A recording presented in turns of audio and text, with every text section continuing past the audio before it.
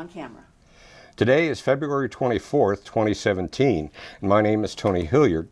I'm a volunteer at the Atlanta History Center, and with me is Mr. Frank Luton, who served in the U.S. Navy during the Vietnam War. With me also is his wife Barbara and Peg Hilliard, who's acting as a recorder, and Sue Verhoff, the Director of Oral History and Genealogy here at the History Center. Mr. Luton's oral history is being recorded for the Library of Congress Veterans History Project. We're honored to have you here with us today, Mr. Luton, and thank you for participating in the project. Would you begin by telling us your full name and where you were born, please? Yes, my full name is Frank Evans Luton, and I was born in Nashville, Tennessee. Okay. And could you tell us a little bit about your early years, your early life? Yes. I was born in 1942, and at that time, my father was in the Pacific near the Philippines during World War II as a hospital corpsman. And I have his uniform here, yes. And I'd like to show it to you because it's the only thing really I have left with my father. And it looks like, much like what you would think a sailor's uniform would look like, I think. Of course, the red emblem was the hospital corpsman. And this is the hospital corpsman's insignia in the 1940s during World War II. And one of the things I was telling somebody, well, what did he tell you about his service? My father would never talk about his service. But I'm glad, and that was one of the reasons why I became a Navy person, was because of the history with my father. My father did not come home from World War II until December of 1945. So at that time, I was a little over 3 years old, and I caused a great stir in my household. I was raised by women. My mother, my paternal grandmother, who was a very religious woman. She was the daughter of the first Methodist bishop of the state of Texas. And she was also the president of the Oklahoma WCTU. So I think maybe she and Carrie Nation may have known each other. Could you tell us what that acronym stands for, WCTU? Oh, WCTU, Women's Christian Temperance Union. Their job was to go around, I think, and to take access to saloons and things like that. You might imagine we did not have alcohol in our house. Then there was my maternal grandmother, who lived 3 houses from me, and she was also a character. So there I am raised in a household with no males. Well, I did have a brother who was a little older than I, but there were no adult males in our house. There was also another woman in our house. Her name was Laura. Laura would be called a maid. Back then, I have now learned, she was now called the help. So I basically was raised by 4 women. And by the way, I do not know where Laura lived. All I know is she was always there. So one other problem that I had back when I was a very small child was that I didn't talk. As a matter of fact, I didn't talk at all. And at one time, they were going to take me to Nashville to find out what was wrong with little Frankie. But I didn't talk. Well, the house was abuzz when my father was coming home from World War II about Daddy's coming home, Daddy's coming home, Daddy's coming home. And I looked around like, huh? And my first sentence, actually I spoke in a sentence, a question. I said, what is'm a daddy? Because I didn't know what one was. And so then he was one of the influences as to why I joined the Navy later on. Okay. Let me see. House of Women, yes, we've done that. I grew up in this small West Tennessee town. My father was a small businessman. He owned a drugstore. And back when I was I was tall enough to get on a stool so I could reach the cash register. My job was to take people's money, ring it up on the cash register, and go click and give them change. And so I think that would be called child labor laws that we were violating, but that's what I did. And later on, I worked behind the soda fountain in the drugstore, dipping sodas and milkshakes and things like that. I had a pretty normal life for a boy, but I tended to get in trouble a great deal. Behind our house, there was a barn. It wasn't just a regular barn. It was a barn where horses and mules and such were bought and sold. It was owned by Boss Jones. And so I and the neighborhood guys would make way, and we would hang out in the hayloft of this barn. And I understand about every week or so, Boss Jones would call my mother and say, would you do something with your son? He's causing problems here at the barn. But we had a wonderful childhood. We played outdoors every day. And we did things like, one day we decided we were going to dig a hideout so that we could hide from whoever. At what age were these escapades taking? Oh, we were about maybe 7, 8, something like that. Okay. So we made this hideout, we dug it in the ground, and then we camouflaged it by putting camouflage material on top of the dugout. Well, about 2 weeks after we did this, my mother came looking for me. And she didn't know where I was, and she had no knowledge of this hideout. So she came looking, and you know what happened. She fell into the hideout. Well, that was the end of little Frankie's hideout, and we had to cover it back up very shortly. So that was another thing. Then there was a woman who lived next door to me that I did not like. Her name was Miss Harwood. And Miss Harwood had this garage in her backyard. And so one day I decided to, as little boys were prone to do, play with fire. And so I proceeded to build a fire just for my own sake in the back lot.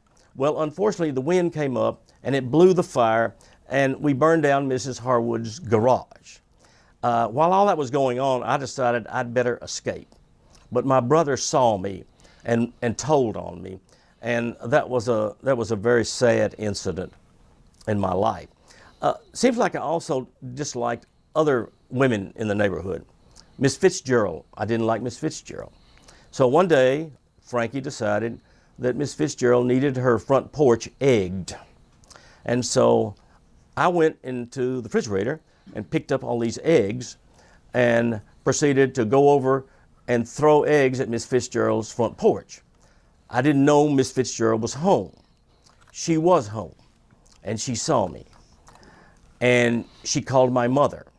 So about 45 minutes later, I drifted home after I'd egged Miss Fitzgerald's front porch. That'll teach her. And my mother said, Frankie, why did you egg Miss Fitzgerald's front porch? And I remember what she told me. I don't remember this, but she told me because she was a mean woman. That was my answer. You can imagine that didn't turn out very well either, with a little 8-year-old Frankie cleaning off eggs of Miss Fitzgerald's front porch, followed by a switching of imminent order there. So you're very lucky that you didn't choose a life of crime, because you probably wouldn't be here right now. That's true. But I was always kind of getting in trouble. I remember we got a TV. And back in those days, we were 100 and some odd miles from the nearest TV station. So we had to have these huge antennas, and they were kind of a triangular type thing. Well, I guess I was about 16 at this time. Well, I had been out, and I came home about midnight, and I couldn't get in the house because it had snowed, and I had lost my key in the snow.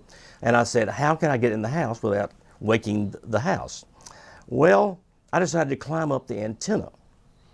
So I climbed up the antenna, and almost at the top, the antenna started doing this, and finally it went shoo.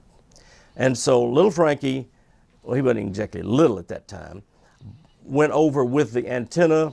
It woke up the neighbors, it woke up the house, and I wound up going to the emergency room at our local hospital. So I kind of got in trouble a great deal, and you'll find out that that's kind of is a pattern in my life. So after we got out of that little hometown, I went to college. I went to college in Memphis, Tennessee. It was called Southwestern at Memphis, now called Rhodes College. And it was very different than this little town high school that I went to.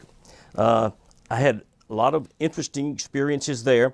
My nickname was Grace, and that's what the boys called me. And that came about because I was not very athletic, but I loved to play games. And I was so graceful out on the flag ball field. When they threw a pass to me, I could never catch the thing. And they called me Grace. And my name is Grace to this day to my guys who we meet once a year for a big weekend, which is coming up in about a month. I decided then that I wanted to be a dentist. So while I was in Memphis, I went over to the University of Tennessee Dental School to take the preliminaries and all that. Well, I didn't know what that meant. They gave me a piece of chalk and a knife, and I had to carve something in a piece of chalk.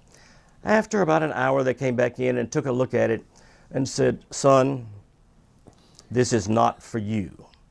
So that was the end of my dentist career. What did you carve? I can't, whatever I carved, it wasn't what it was supposed to carve, and it was a disastrous situation. So I was not a dentist.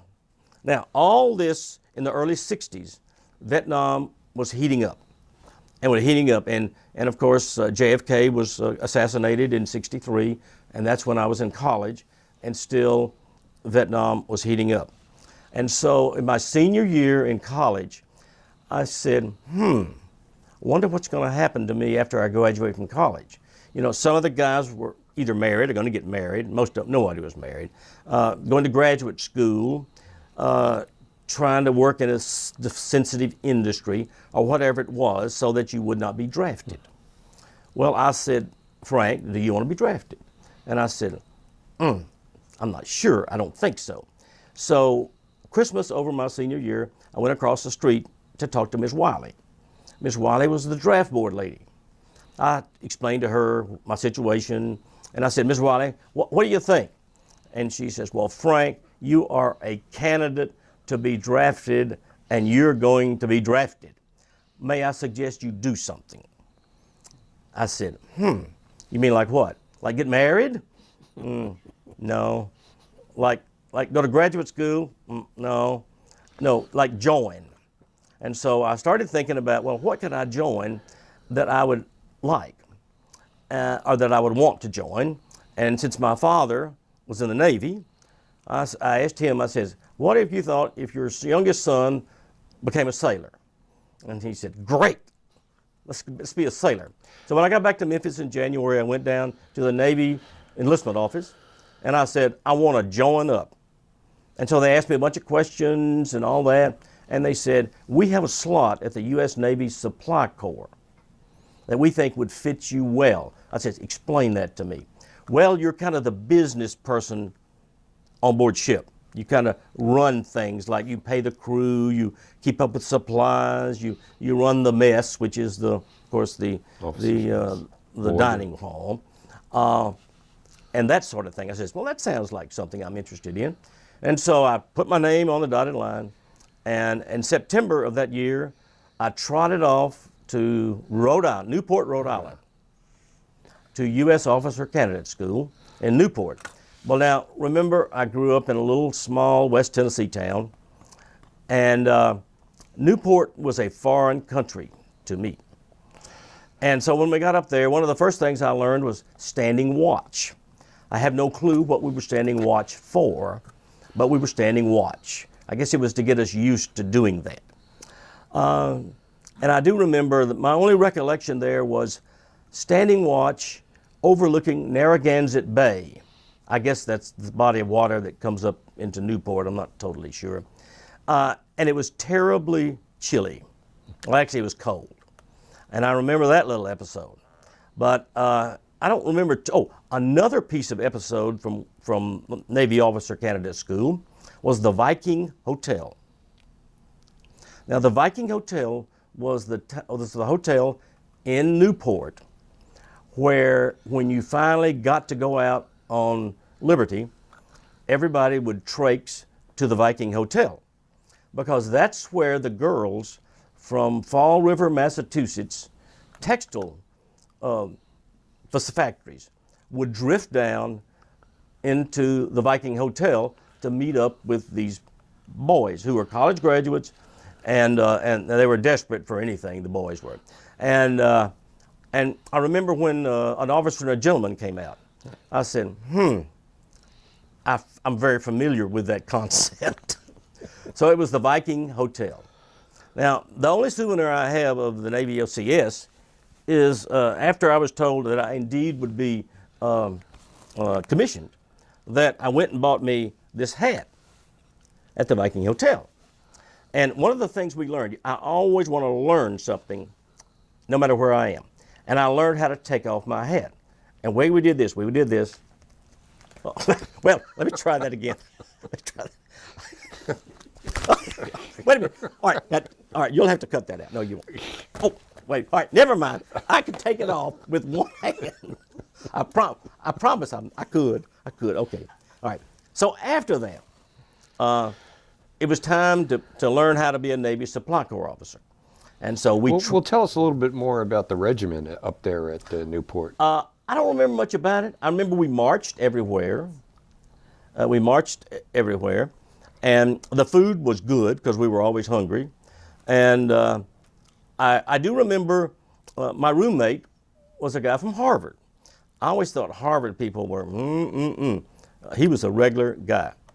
And after the last month we were up there, when we went on liberty, he would take me to the dorms at Harvard, where I thought that was kind of interesting. And I also remember one interesting thing. They would come around and inspect our bunks and to make sure we had made our beds up correctly. And after a while, because I kept flunking the bunk test, so we finally got this bunk where you could take a coin and flip it on there, and it would go up way in the sky. And after I did that, do you know what I did? You sat on it? I slept on the floor. I took my pillow down, I slept on the floor, put a blanket over me, so my bunk would always pass inspection. It was a good experience. And so for how long a period did you sleep on the floor?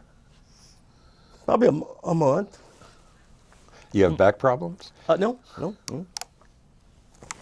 By that time, we were honed into perfect specimens, physically that is. But it was good. One thing I remember about all of my military experience is that I look back and I found goodness and joy, and was happy wherever I was. No matter what was going on, I would find a way to get through it. I remember there was one place we went and people were complaining, well, I'm from this place and I'm from this place and this isn't anywhere I know and I don't like it and all that. And I started telling people to bloom where you are planted. And I learned that, and I've always lived by that ever since then. Bloom where you are planted. So my next garden was going to be in Athens, Georgia. And I had already been told by some people who had come down there that Athens is a wonderful place because you're there in this southern college town, and it's got lots of co-eds down there. And there's only one legal place in the town and county where you can drink alcohol, and that is the officer, what is that? Mess club? The what? Officers mess or club? Officers club. And later I have learned by some people who were female students there that when they first came aboard, into the sororities, the leader of the sorority or the house mother would get them apart and say, whatever you do, do not date or go out with any of those Navy boys across the town. And I said, but we didn't seem to have a problem. We had lots of those co-eds wanted to come, and Friday afternoons was wonderful. And there's another story about Friday afternoon. That's when we had the happy hour started about 3 or 4, and we would all drive over in our cars over to the campus and just load them up with all these co-eds and bring them back, and we would have wonderful times. But what I was going to tell you about, anyway, so I learned about what a supply officer was. Number one, they paid the crew. And, I say learn at least one thing you do. I learned how to sign my name without taking my pen off the paper. I never had done that before. And now I can, and the reason you do that is because when you're a dispersing officer, which is part of the Navy Supply School, or Corps, you have to sign 500 to 800 to 1,000 checks at a time. And you don't want to do this. You have to go shoo. So my signature today is fairly legible, but I do not take my pen off the paper. That's what I learned there. I also learned about how to run a mess, which is, of course, the food service area. I learned about that. Then I also learned about how to keep up with supplies and how to order supplies and do all that sort of thing. I also learned about the wardroom, which is where on board the ship you have the enlisted men's mess, and then you have the wardroom. I learned a couple of things. I said, this is going to be the wardroom is going to be fine. That's where it's going to be steak and lobster. What I learned, to my chagrin, was that the enlisted man's food was free because the government paid for it. The wardroom food cost the officers money. And so while they were dining like a prince down in the enlisted men's mess, we were eating peanut butter and jelly sandwiches and things like that. So I learned all about that. I learned about how to run a ship's store. So I learned some really neat stuff there. This is while you were a student at the supply I was a school? student at Athens. That's Okay. what we learned. Okay. We also learned that the ships were going to start getting computers on board to keep up with all the supplies, but it hadn't happened yet. There's a story about that. And so we went on, and it was a wonderful time. We stayed in the BOQ for a day or two. First time I'd ever seen a beer vending machine, and it was wonderful. It was a quarter of beer. I thought that was wonderful. And but we had good fun. We had lots of experiences, and I still have a couple of friends from that Navy OCS class. By the way, one thing also I learned is this was the head. By the way, this is now the University of Georgia Medical Services campus. This was the headquarters. I visited this place a lot, and I'll tell you that in a minute. And it was called Winnie Davis. And do you know who Winnie Davis was? No. It was Jefferson Davis's daughter. So I learned who Winnie Davis was, or whatever that's worth. So anyway, we also had to stand watch at the Navy Supply School. Well, I had been a WSI, water safety instructor, because during the summers I was always a lifeguard at a summer camp. And so they said, what can you do that we need you to stand watch over other than walking around? And I said, how about let me be a lifeguard over at the camp pool? I said, oh, good. Well, it got a little boring at times when there was nobody in the pool. And so I decided that, I kept logs, logs. We had to write down everything that happened. And so I got bored. And so I started creating a work of fiction in the log book at the pool. And it would go something like, it was a hot and sunny day, and a sea monster came out of the deep end and devoured 4 children, and the women and went off screaming and hollering. Well, I was writing all this because I was told nobody would ever read the log at the swimming pool. Well, much to my surprise, about a month later, I got a note that I need to go visit the executive officer in this building here. I said, wonder what that's about. Well, I went in, and I stood there, and I said, yes, sir. And he kind of moved the log book across the desk. Do you recognize this? I said, uh-oh. So I got restricted for about 2 weeks there. I had to stay on campus, couldn't go out and couldn't play and all that sort of stuff. So that was another one of my fun experiences there at the Navy Supply School. I learned a lot of stuff. Let me ask you a question. How big was the Navy Supply School? If you had a pool and what else? I mean, We probably had 300, 400 students there at any one time. They would come in each month. You'd have a new class. okay. And so there were 6 months, and let's see, we had 2 classes a month, so about 250 students, plus the staff and the families. So you had billeting for them plus a food service area? You had an officers club there. We had Plus a pool? we had a pool. We had a gym. Yeah.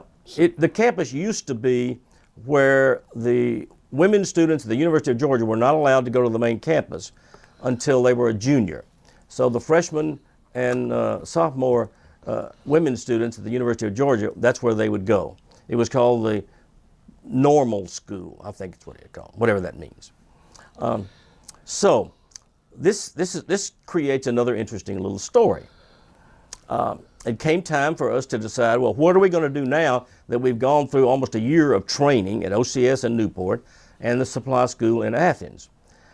And so it was announced that we need about 30 ensigns to go and help build a supply depot halfway between Da Nang and Saigon.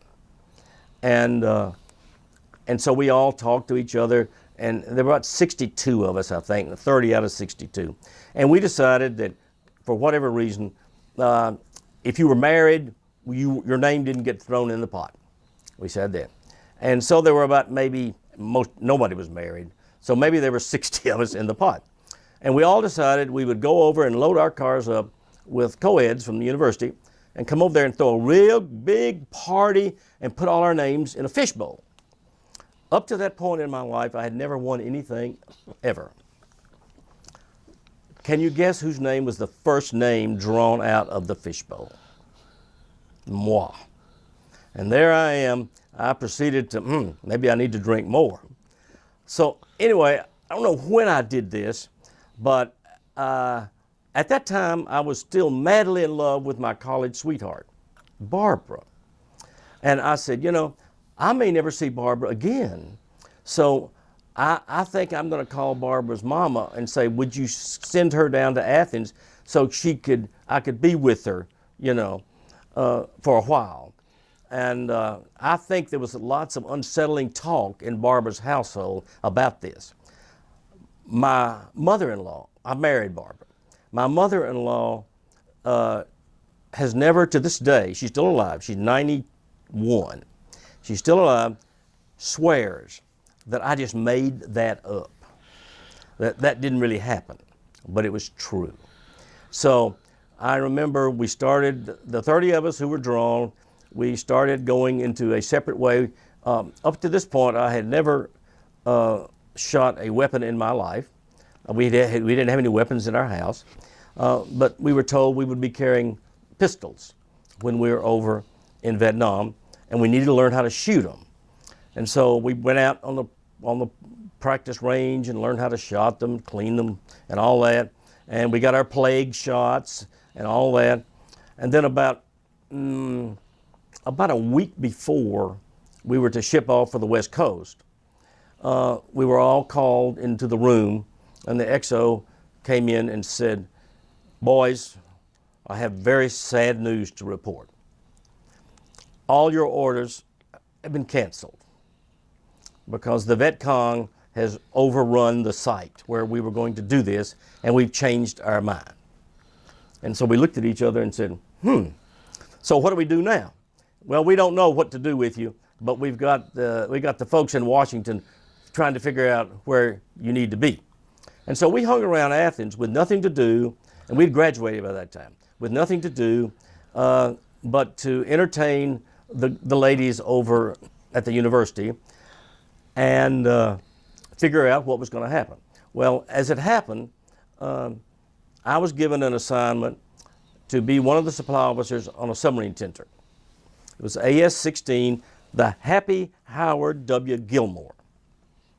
And it was in Charleston, South Carolina.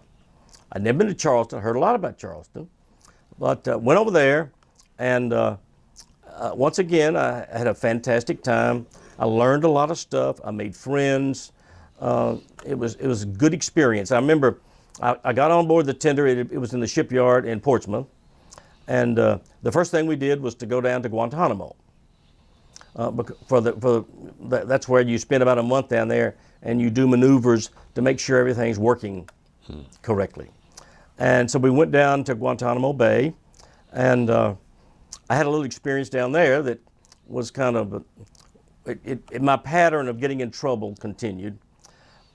We had been in the officers club in Guantanamo Bay and had several rum punches, if I remember correctly.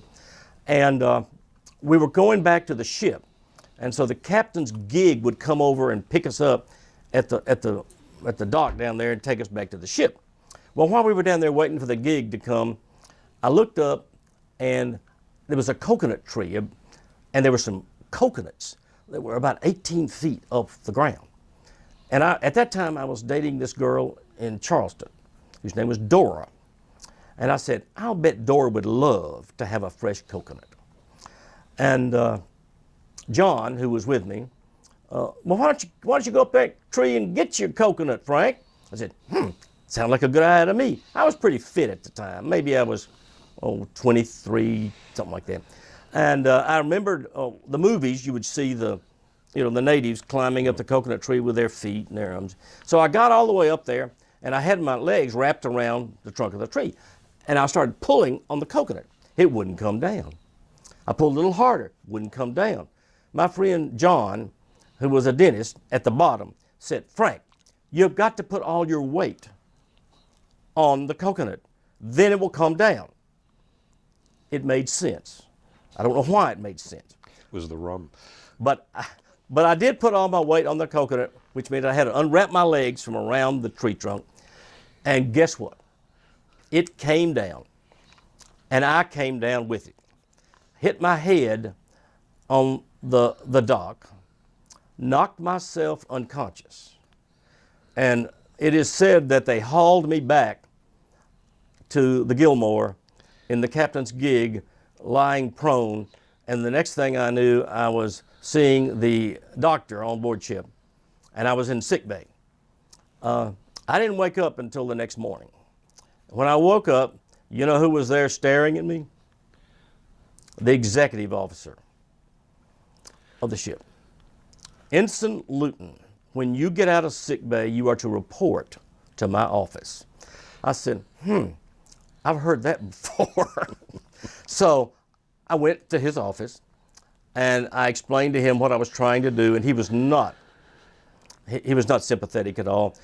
And he said, you are hereby restricted to this ship. You will not go ashore. And we still had about 2 weeks left. You will not go back ashore. And so I never went back to Gitmo. I was not allowed to leave the shore. So that was another little incident but was another, I said, I've seen this story before, it seems. But I had a wonderful time on board that ship, 2.5 years, I think. We did something called Operation Springboard, and that was the first Monday after New Year's. We would because a subtender didn't go out to sea, much, but we would unweld the dock, and we would head down to San Juan. And so we would go to San Juan, and then we would weld the ship back onto the dock in San Juan I don't even know if there's a naval base in San Juan anymore. But anyway, the submarines would come down there, and that's where they would do the maneuvers, and we would support the submarines down there. So the ship would be welded to the dock, not just lines holding it in? Well, we called it welded because it never went anywhere. Okay. I'm not sure if it was actually welded or not. So when I was down there, I was given some more other duties. At that time, I was running the enlisted men's mess. That was my job. Actually, I wasn't running the enlisted men's mess. We had an E9 chef who was the whole thing. And I was just signing my name on papers. It basically. So I had some other duties. I was a special services officer, and that was a good thing. The USO would come on board and say, I have 20 tickets to a Supremes concert in one of the big hotels down there. would you distribute them, Special Services Officer Luton? I said, yes, I'll be glad to. So we would figure out a way to divvy up all these, I said, no, we can't all go to officers, but one of them has to go to me. And so I remember for the Supremes, I saw the Supremes backstage at this big hotel because there wasn't a place in front. So they pulled me up a chair behind the Supremes, and I watched them perform on stage back there. That was neat. That was neat. I also I saw my first cockfights back down there. We did some very interesting things while we were down there. Let me see another story. Oh, I was the liquor control officer. Now what that meant was, on the way back from San Juan to Charleston, we would stop by St. Thomas in the Virgin Islands, which is where these wholesale liquor distributors were. And I would collect money from the crew, and I would take it over, and I would cut the best deal I could with the liquor distributors. Now the deal was not money, the deal was booze, and it was called breakage, because they knew that on the way back some bottles would tend to break. And so on each occasion, I did this 2 years in a row, I got about 75 assorted bottles of liquor, and I would bring them back, and I said, well, we can't have them breaking. And so we would pad the brig with mattresses, and we would load all the liquor into the brig padded with mattresses. And for 2 whole years, we nary broke one bottle. I was so pleased. Well, what would happen when we got back to Charleston? We would have the customs people would be at the head of the pier. I couldn't be hauling 75 bottles of liquor out, so I'd have to keep them in the brig, and hoping we didn't need the brig until such time that the customs people tended to disappear, and then I would bring them off in a briefcase. At that time, I lived with 6 other guys on Sullivan's Island in a beach house, and it was called a snake ranch. That was the name of when you got bachelor officers living all out there, and you call them snake ranches.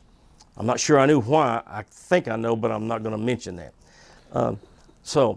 And that would be our stock. We would stock our liquor cabinet at the snake ranch with these bottles from the breakage allowance. So that was kind of fun. Well, so about 9 months before I was ready to leave the Gilmore, because I didn't know what I was going to do at that point in time.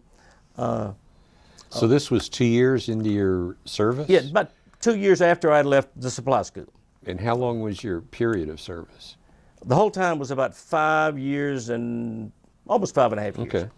So the supply officer, he was the commander, and then you had us. And by that time I had made JG. They didn't, they still gave me a little bump in pay to do that. We were standing at his office, and he said, all right, I want all you, there are 5 of us, I want all you guys to get in a line. I said, okay. And somehow the word had gotten out what was going to happen. And we are going to get a computer on board the Gilmore. I need one of you 5 to be responsible for that computer. Means go get training, run it, operate it, la-da-da-da-da. Who wants to do it? Everybody looked around, and nobody was moving anywhere. And he said, all right, shut your eyes, and if you want to do it, step forward. All of a sudden, I heard movement. And when I opened my eyes, you know what had happened. 4 of the guys had stepped back, meaning I was now the computer officer on board the Gilmore. But it turned out to be one of the luckiest things I'd ever done. And I'll tell you that in just a brief second. So I was a computer officer, went to training, learned how to do machine language, assembly language, Fortran, COBOL. But remember, computers in '68 were a lot different than they are now. It was just humongous pieces of equipment. I'm not even sure. Fortunately, I had another chief that kind of knew what he was doing. But I had to learn a lot too, because it was kind of new to everybody at that time. So I became the computer officer on board ship, and one of my tricks was, people would say, I want, I was supposed to print out these reams of paper and get them distributed to the various offices. Well, some of them I said, I don't even think these people are looking at this stuff. And so my trick was, I would print out the paper, but I would hold it back. And if no one ever asked for it, that was a cue that they didn't look at it and they didn't want it. And then maybe I didn't have to print all that paper out. And I got away with that for a long time. Well, a blessed occasion happened back in '67, because I left the Gilmore in April of '68. And that is, I asked my girlfriend to marry me. And I don't know, she probably was drunk at the time, because she said yes. And so we planned our wedding for July of 1968. And so we got married, but the Supply Corps was kind of a group of people who we felt at times we were picked on by the line officers, because we had oak leaves on and they called them, they didn't call them scrambled eggs, they called them, Pork chops. I can't think of what? Pork chops. Pork chops, thank you very much. It looked like a pork chop. But we kind of kept together.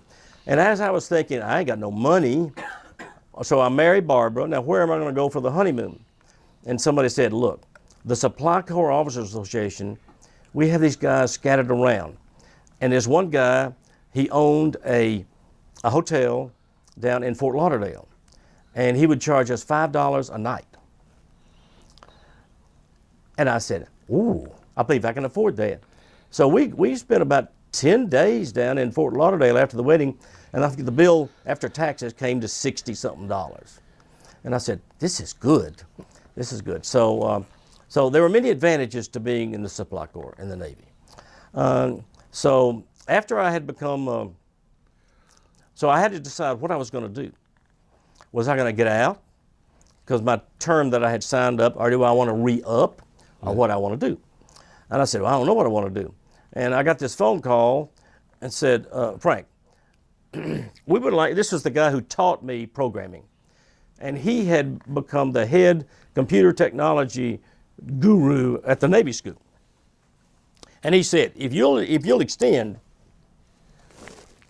for a couple of years, why don't you come back to Athens and you can teach at the Navy School computer technology to future Supply Corps officers. And I said, okay. And I asked Barbara, I said, yeah, let's do that. So I traipsed back to Athens with Barbara, and I remember we moved everything we had in my Volkswagen, which means we didn't have much. And we moved to Athens, and I started teaching computer technology. Two interesting things about my teaching.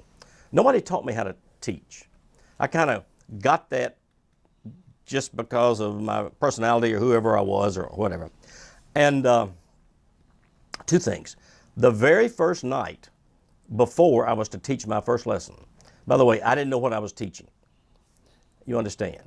So what I did was, the guy I was relieving was teaching his final group of new officers 1 week ahead of me.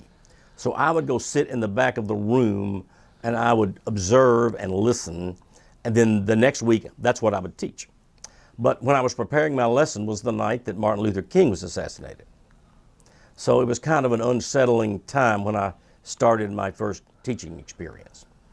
We taught there for almost 2 years, and being on the staff in Athens was wonderful. I was the special services officer there too, which was also beneficial because I would get these 20 free tickets to the Masters Golf Tournament.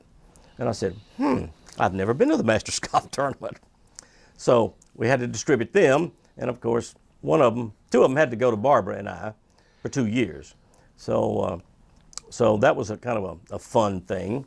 And I was also in charge of parties.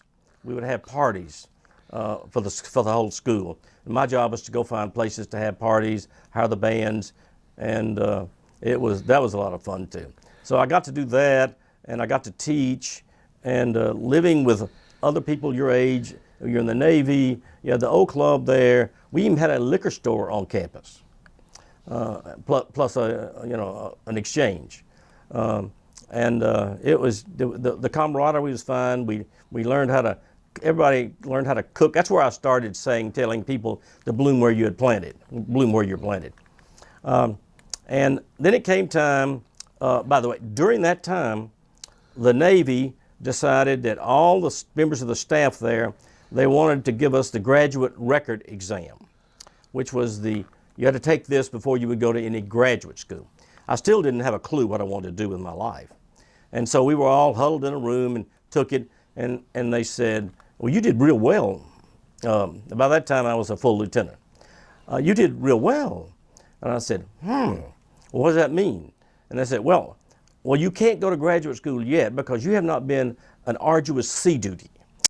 Now, remember, I was newly married. I said, now, what is arduous sea duty? Well, you're going to be on a destroyer or a cruiser or something that stays out at sea for a long time. And you might not see your wife for 4, 5, 6 months. Well, I'm newlywed, and I said, that doesn't sound too good. Well, while I was teaching computer technology, I made a lot of contacts at the university over there with their computer people. And they said, Frank, why don't you do this? You'll get a GI Bill. We'll get you a teaching assistantship over here at the university. You can come get your MBA degree free. I said, done. So that's how I exited the Navy to stay in Athens and to get my MBA degree at the University of Georgia. And let me see. I'm sure there's some stories I have not told you about, so let me look at my notes just a minute. I'm sure that you'll want to know about that. Oh, let me see. Oh, yeah, let's see. Oh, back to the Gilmore. Back to the Gilmore. Ensign Luton was given an award. As a matter of fact, he got 2 awards. The first award was the Nay Award, which was that award went to the best ship mess in the Navy. And we won that. I'd like to say it was my E9 that won that, but I took credit for it, so that was good. Another award I got was the Mullet of the Month Award. This was after I had fallen out of the coconut tree. Now, the Mullet of the Month Award was given to the ensign who had done something terribly stupid. And as a matter of fact, they were not going to give me the Mullet of the Month Award. They were going to give me the Mullet of the Month First Runner-Up. I'll show it to you in just a minute. But after I fell out of the coconut tree, they scratched out First Runner-Up and gave me the award. So I got the Mullet of the Month Award. It's one of my prized possessions to this day. Let me see what else I got. Oh, I was also the wardroom officer on board ship. And one of my exciting experiences there, at that time, the wardrooms were, I don't know if that's still the case, but they were Philippines, and they were stewards. And my job also, since I ran the wardroom, was to keep up with my stewards. Well, one Saturday about midnight, I got this phone call to come over there, and I said, what is it? Well, we've had a fight with your stewards, and one of them bit another steward's ear off. So that was kind of an exciting, a little exciting experience on that. Okay, so that's about it. Yeah, do you have a question? I do. What were the quarters like where you stayed when you were at Athens? Okay, that's a good question. Well, the married officers. The married officer quarters. Yeah. Well, it was it was fun, because we were around people that were like us, and they taught and things like that. They would come in, and I remember you would go in, and it was just like a townhouse, and all that. But we had every weekend there was a party. Somebody had a party somewhere, and at one time we were having a party after a Georgia football game, because we all got dressed up in our coats and ties, and the bus at the Navy Supply School would take us over to Sanford Stadium over at the university, and we would also take all of our frozen daiquiris and all of our drinks, and we would take them. At that time, you could do that, and we were wearing coat and tie because you did that at that time. And then we came back and we would have parties at somebody's house. Well, I remember at one time we were having a party at our house, and it seemed to be a lot amount of drinking was going on, and so I looked around for Barbara. Barbara was nowhere to be seen. So I went up the stairs, and she was in bed, sound asleep. And I said, Barbara, what's wrong? I was seeing double. I got to go. I got to leave. And we had to have some help. But it was interesting that the other wives would help out when they needed to. They would come and help clean up because we would do that. I'll tell you a funny story about another one of those parties. I decided I would make fish house punch, which was a alcohol-laden punch with many alcohol beverages in there, and ice and tea. And so we did that. Well, at that time, Barbara was teaching at a junior high, and one of her co-teachers' husbands was a Baptist minister. And so I remember that Barbara said, well, I've invited Gail and her husband to come over. What does her husband do? Well, he's the minister of that big Baptist church over on Millage Avenue. I said, does he know this is not there'd be drinking going on? Well, he said he'd overlook it. Well, as it turned out, Claude at 2 o'clock in the morning was in the celebratory mood and was imbibing quite nicely. And so I think we finally got him out of there about 2:30. And remember, he was preaching his sermon at this big Baptist church the next morning. And I remember I got up, although I was terrible, feeling bad.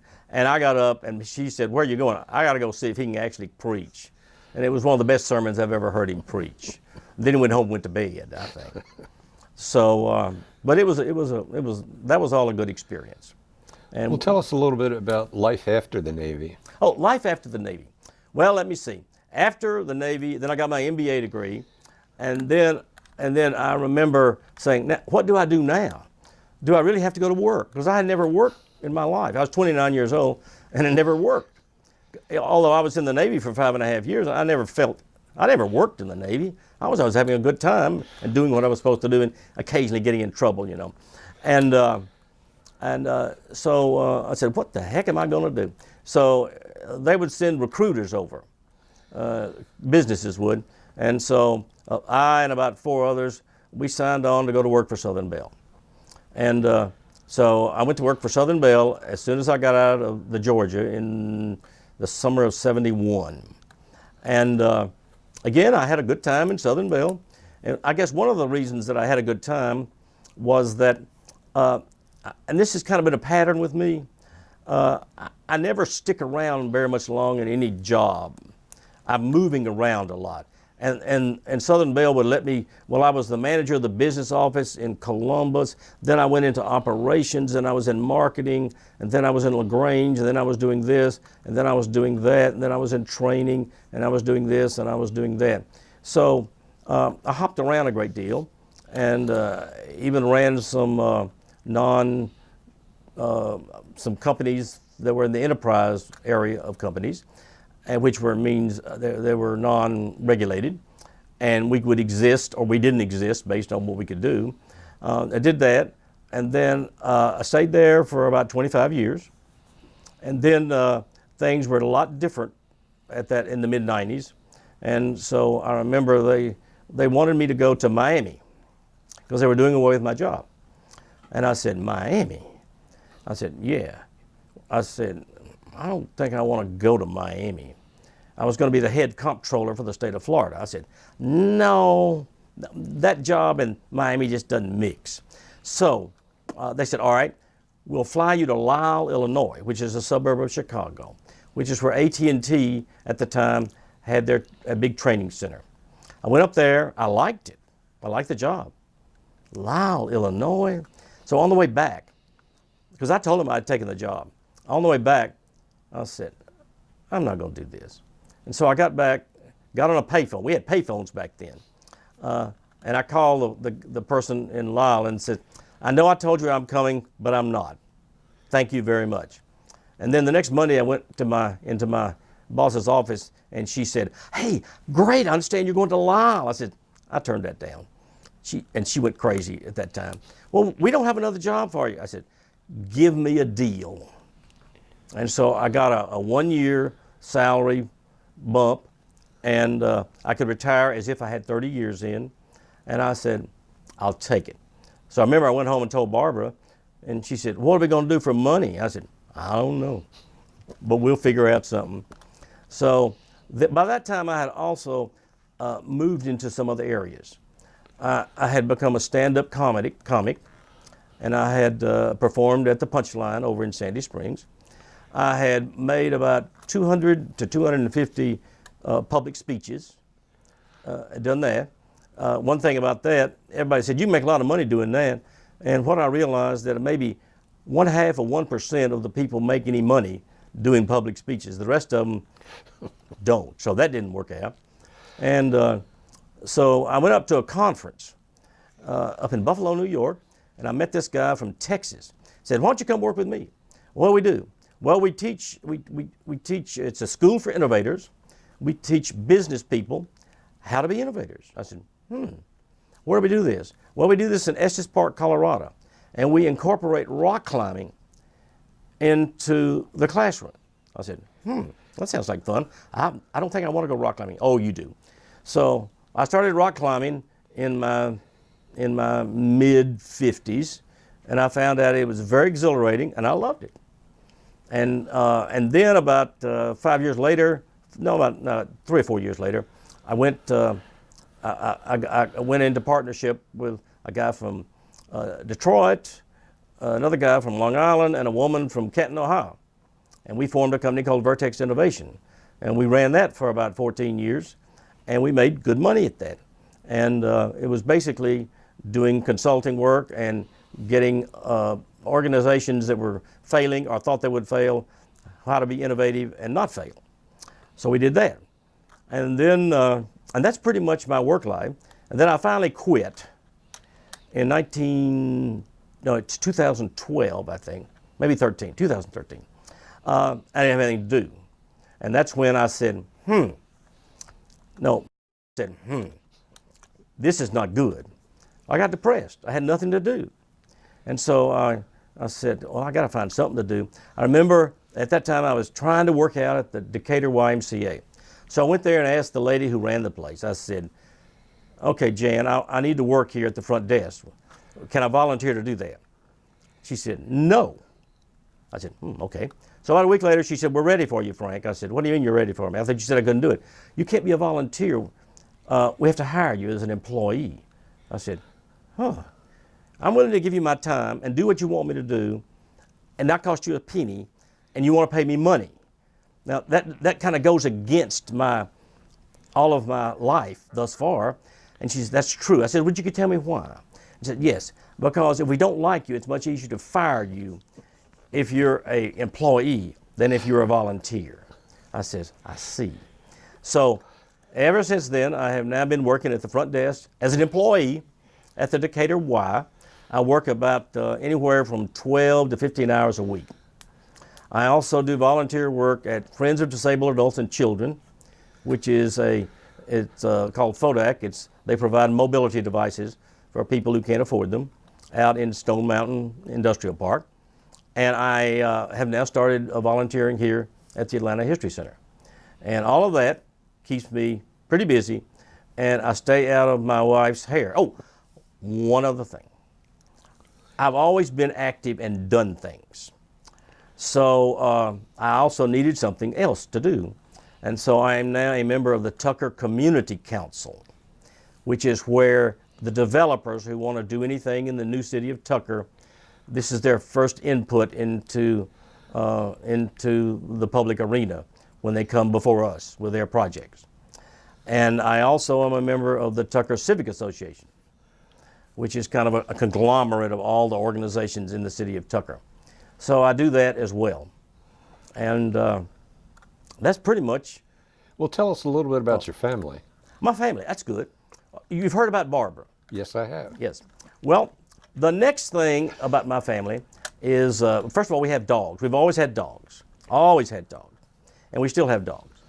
and we loved dogs. Well, in 1978, I had got this phone call one Sunday evening. We had been in Athens visiting friends, and it was a doctor down in Columbus, and said, Frank, I'm proud to announce that a new baby girl was born here 2 days ago, and this baby girl will be yours for adoption. I said, Barbara, the phone call is for you. So that kind of changed our life. We had no idea we were going to have a new baby in the house by the next day. As a matter of fact, we had no clue what to name this baby. And so on the way from LaGrange, we lived in LaGrange at that time, down to Columbus, we stopped by the Troup County Library, picked up a book of names. We got through the C's. So her name is Courtney. She had no chance to be a Zelda or anything past past C. So we adopted Courtney, and the very first couple of weeks we had Courtney in our house, she lived in a chest of drawers drawer, and we had people come down to help us because we had no clue what we were doing in any shape, form, or fashion.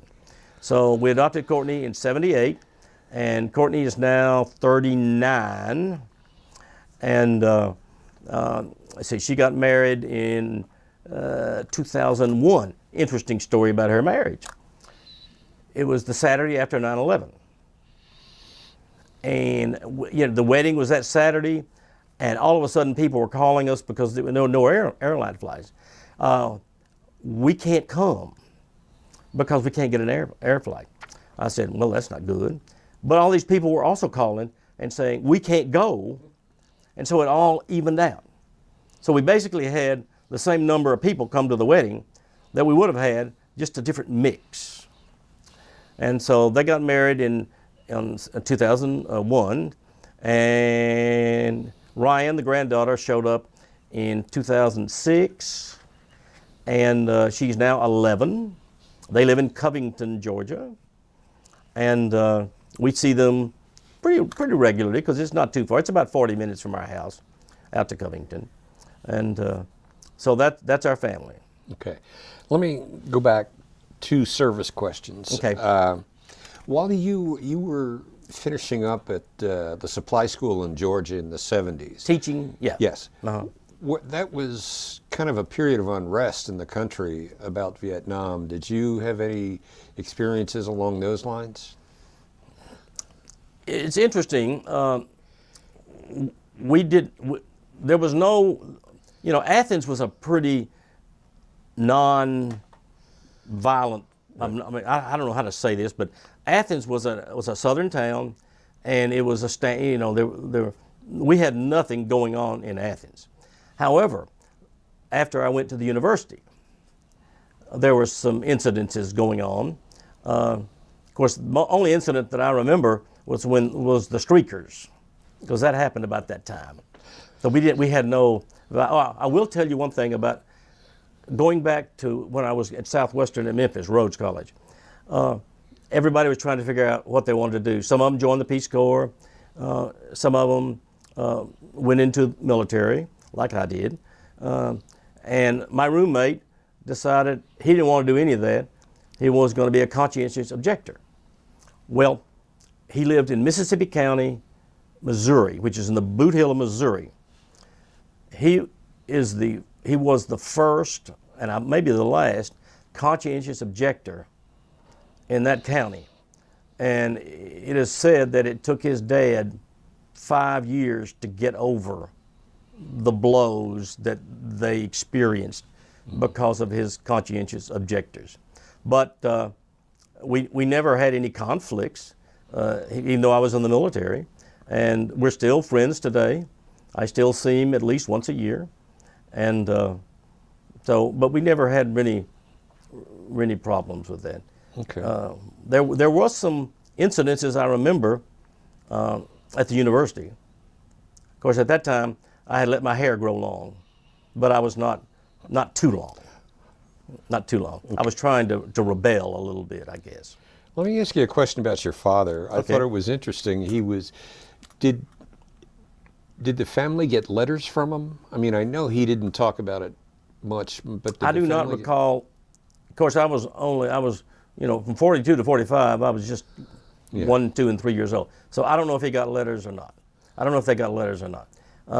I do know that the only thing, I don't even remember hardly anything about that. Just what they told me. Okay. That I came out with that "What is I'm a Daddy" was the first, and they didn't have to take me to Nashville to help me with my speech impediments, because I could actually talk and say words then.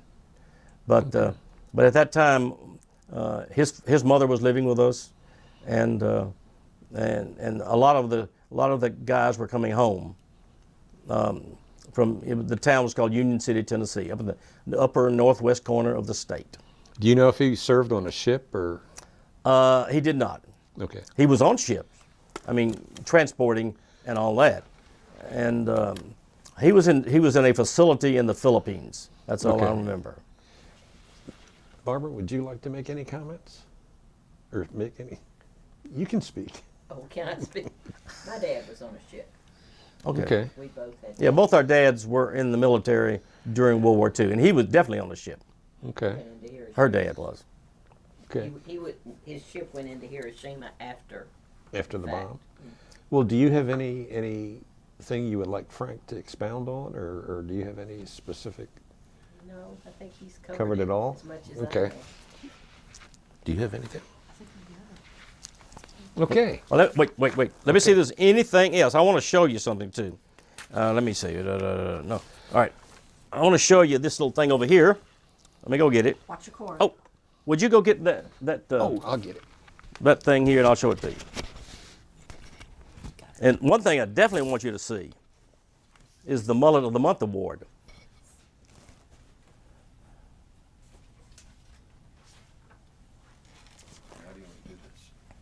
Okay. Yeah. Is that going to glare? No. All right. Here is the Mullet of the Month Award, right here, and you can see the first runner up is marked out, and after I fell out of the tree, then I became the first prize winner. So, and the rest of this is our ship, the Gilmore. This is the menu where we won the Nay Award, and these are the springboard cruises were the 2 cruises that we went down to San Juan on. Okay. Okay. I got it. And I guess now I could try to flip my cap again if you want me to try that. Oh, can I sit down? Let me see if I can do that better. Okay, here we go. Hold on. All right, here we go. Whoa, wait. Okay, Wait. Okay. I have to concentrate. drum roll. Ah, There we did. well done. And when we were at OCS, everybody in our company could flip their cap like that on cue. Oh, that must. And it was impressive. It was impressive. And no one. Oh, one other thing, I forgot this. I was also the coach when I was on the staff at the Navy School of all of the staff teams. I was the head coach at the basketball staff team, the flag football staff team, and the softball staff team. And of course, here is the only. We were the champs. The staff teams would always be the champs because we had consistency. Except this one year, we lost the flag football trophy. This other team brought in a ringer. His name was Staubach. He was students. He was a supply corps officer, and Roger was a student. And somebody said, right before we were going to play them, they got a pretty good quarterback. And I said, we're going to beat them. Come on, boys, we can do this. Well, we got beat bad because we couldn't compete with Roger Staubach.